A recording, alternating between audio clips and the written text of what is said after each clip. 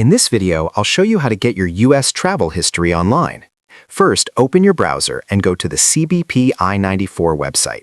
This is the official U.S. Customs and Border Protection portal where you can access your arrival and departure records.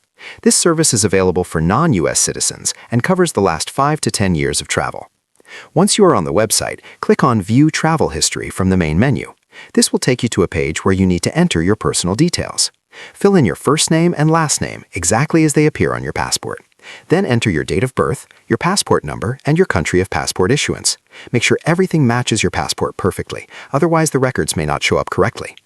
Once you submit your details, the next page will display all your recent entries and exits from the United States. You can print this page or save it for your records. Accessing this information online is completely free. There are a couple of important things to keep in mind. If you have recently got a new passport, the website will only show travel records linked to your current passport. If you traveled on an older passport before, you will need to enter those old passport details separately to see those records. If you notice any errors in your travel history, you'll need to contact a CBP deferred inspection site or a port of entry to get the mistake corrected. That is how you do it.